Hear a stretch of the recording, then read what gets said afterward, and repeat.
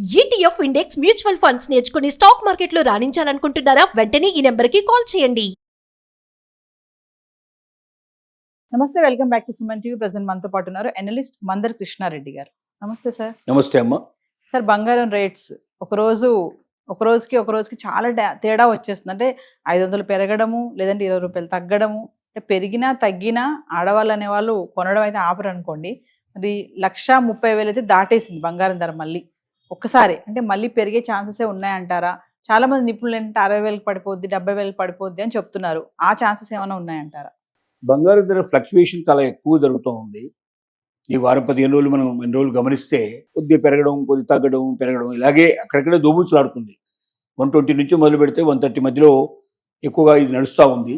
Maximum కొద్దిగా పెరిగి మళ్ళీ తగ్గడమే జరుగుతుంది తప్ప ఫ్లక్చువేషన్స్ ఉంటాయి తప్ప బ్రహ్మాండంగా తగ్గేటువంటి, బ్రహ్మాండంగా పెరిగే అవకాశాలు అయితే సూచనలు కనబడలేదు ప్రజెంట్గా. ఎందుకంటే మార్కెట్ అంతా కూడా ఫ్లక్చువేషన్స్ పెద్దగా లేవు, కొంచెం స్థిరమైన పరిస్థితులు కనబడుతున్నాయి. కాబట్టి ఈ రేట్లలో పెద్దగా తేడాలు రాకపోవచ్చు అనేది ఊహన. అయితే కొంతమంది నిపుణులు చెప్పేది ఏమిటంటే అమెరికన్ లోపల రెపో రేట్లు తగ్గుతున్నాయి కాబట్టి ఆటోమేటిక్గా అక్కడ బంగారం బ్యాంకులో పెట్టుకునేటువంటి డబ్బు చాలామంది పెట్టుకోకుండా బంగారం మీద నిల్వ చేస్తే బంగారం రేటు పెరిగే అవకాశాలు ఉంటాయనేది కొంతమంది ఆలోచన. కానీ ఒకవేళ తగ్గితే మళ్ళీ వెంటనే దాన్ని ఒక 15 రోజులు పెరిగితే మళ్ళీ 15 రోజులు పెంచే అవకాశాలు కూడా ఉంటాయి. 1 మంత్ 2 మంత్స్ లోపల 3 మంత్స్లో డిసిషన్స్ మారిపోతూ ఉంటాయి.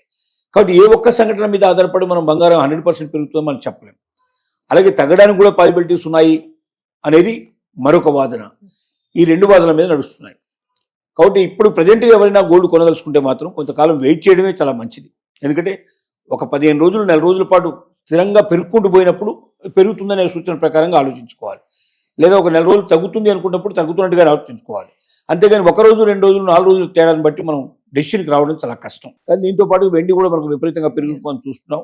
బంగారం మీద ఇన్వెస్ట్ చేసేటువంటి అనుకున్న వాళ్ళు కొంతమంది వెండికి డైవర్ట్ అయితే వాళ్ళు డెఫినెట్గా వెండి రేట్లు బాగా పెరిగే అవకాశాలు ఉన్నాయి. దానికి కారణాలు మనం అనేకంగా చెప్పుకుంటూ వస్తున్నాం. దాన్ని పెంచుకోవడానికి ప్రయత్నం చేయడం మంచిది. అంటే బంగారం ఒక ఇరమిద్దంగా ఉన్న పరిస్థితిలో బంగారం మీద ఇన్వెస్ట్ చేస్తే సడన్గా తగ్గిపోయింది అనుకోండి, విపరీతంగా నష్టపోతారు. సో పెరిగితే సంతోషమైన విషయమే, పెరగకపోతే బాధపడే పరిస్థితి ఏర్పడతాయి. కానీ 100% పెరుగుతుందని నమ్మకం ఉండే వెండి మీద ఇన్వెస్ట్ చేస్తే ఆ సమస్య ఉండదు. కాబట్టి వెండి వైపు మార్చడం చాలా మంచిదని ఉద్దేశం. రెండోది, ఈ మధ్యకాలంలో చాలా వరకు హాల్మార్క్ బంగారం కూడా డూప్లికేట్ అవుతోంది. అంటే ఒరిజినల్ హాల్మార్క్ కాదు పెట్టేది, హాల్మార్క్ను కూడా వాళ్ళు కాపీగా చేసి హాల్మార్క్ ఒరిజినల్ కాకుండా నిజమైన 24 క్యారెట్స్ బంగారం కాకుండా 22 క్యారెట్స్ బంగారం కాకుండా తక్కువ విలువ ఉండేటువంటి బంగారాన్ని హాల్మార్క్గా చూపించేందుకు ప్రయత్నం చేస్తున్నారు. ఎక్కువ కల్తీ అయిన దాన్ని హాల్మార్క్గా చూపించే ప్రయత్నం చేస్తున్నారు. హాల్మార్క్ అంటే 100% గ్యారెంటీ ఉండేదానికి హాల్మార్క్ అంటారు.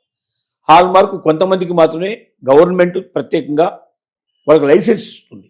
ఆ లైసెన్స్ ఇచ్చే వాళ్ళు ఇచ్చినటువంటి హాల్మార్క్లో ఏమైనా తేడా వస్తే వాళ్ళు జవాబుదారీ అవుతారు. వాళ్ళు ఎక్కడున్నా పట్టుకొస్తారు, తీసుకొచ్చి వాళ్ళు జైల్లో వేస్తారు. వాళ్ళ దగ్గర మొత్తం డబ్బు వసూలు చేస్తారు, ప్లస్ వాళ్ళకి జైలు శిక్ష కూడా పడుతుంది.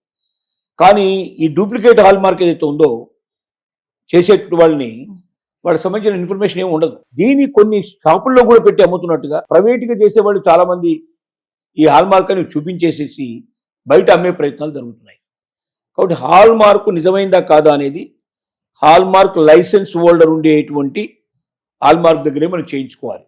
ఆ లైసెన్స్ హోల్డర్ మనకు అన్ని చోట్ల కనబడుతూ ఉంటారు.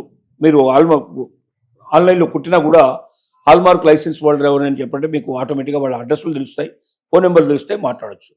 రెండోది, మీకు ఎక్కడైనా సరే డూప్లికేట్గా హాల్మార్క్ ఎక్కడైనా కనబడితే మీరు వెంటనే చేయాల్సిన పని ఏమిటంటే BIS, bureau of Indian standards అని మీరు కొట్టి హైదరాబాద్ అని కొడితే bureau of Indian standard Hyderabad address వస్తుంది.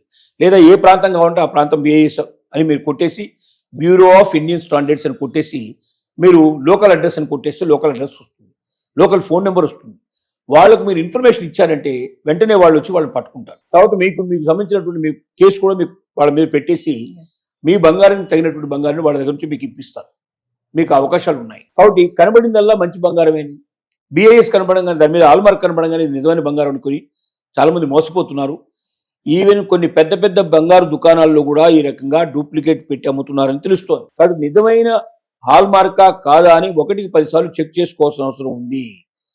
నిజమైన హాల్మార్క్ లైసెన్స్ హోల్డర్స్ ఎవరున్నారో తెలుసుకొని వాడి దగ్గరికి వెళ్ళి టెస్ట్ చేయించుకొని అది హాల్మార్కా కాదని రుజువు చేసుకోవాలి. హాల్మార్క్ కాదని తెలిస్తే వెంటనే మీరు బిఐఎస్ వాళ్ళకి ఇన్ఫర్మేషన్ ఇచ్చేసి కేసు ఫైల్ చేసుకుంటే మీ సొమ్ము మీకు భద్రంగా వచ్చేట్టుగా ఏర్పాటు అవుతుంది. అలాగే ఇతరులు కూడా ఈ ప్రాబ్లంలో పడకుండా కాపాడడానికి మీకు అవకాశం ఏర్పడుతుంది. అలాంటి డూప్లికేట్ చేసే వాళ్ళందరినీ పట్టించాల్సిన అవసరం ఉంది. అలాంటి బంగారు షాపులు మూసేయించాల్సిన అవసరం ఉంది. దీనికి మహిళలే చాలా ఎక్కువగా పూనుకోవాలి. ఎందుకంటే నష్టపోయేది మహిళలు ఎక్కువ కాబట్టి ప్రతి మహిళ మేల్కొనాలి. ప్రతి మహిళ ఒక పోలీస్ ఆఫీసర్గా మారాలి, ఇన్వెస్టిగేటివ్ ఆఫీసర్గా మారాలి. ఎందుకంటే మనకు జరిగే అన్యాయాన్ని మనమే దీనిలోంచి బయటపడే ప్రయత్నం చేయాలి. ఈ మధ్య చాలా వస్తున్నాయి కేసులు, చాలా చోట్ల పట్టుకుంటున్నారు, చాలా మందికి నష్టపోతున్నారు. లక్షల్లో కొన్న బంగారం కూడా, 25 లక్షలు పెట్టి కొన్న బంగారం కూడా అట్లాంటి జరుగుతున్నాయి.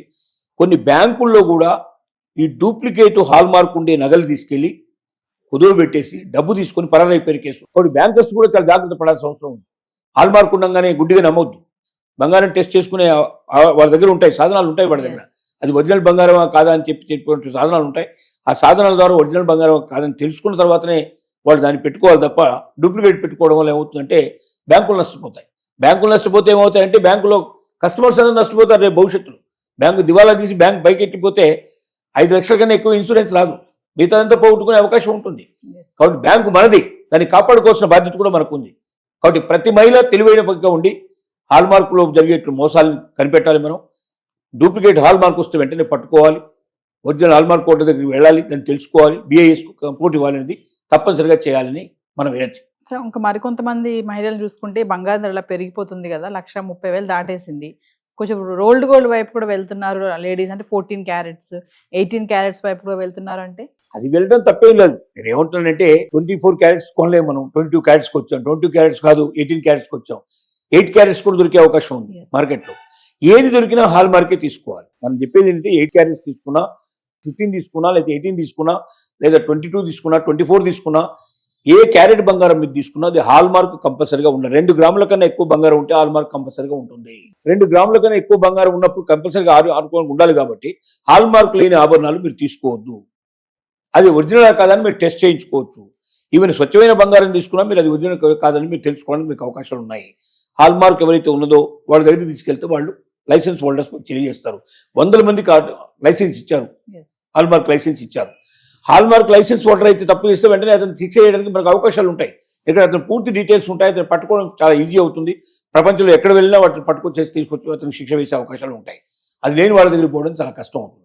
ఈ విషయాలు మనం జాగ్రత్త పడి, మీరు ఏ క్యారెట్ కొన్నా పర్లేదు కానీ ఆ క్యారెట్కి హాల్ మార్క్ కంపల్సరీగా ఉండాలి. ఒరిజినల్ హాల్ మార్క్ కావాలి. అదొకటి మీరు జాగ్రత్త పడమని మనం వాళ్ళకి సలహా ఇస్తున్నాం.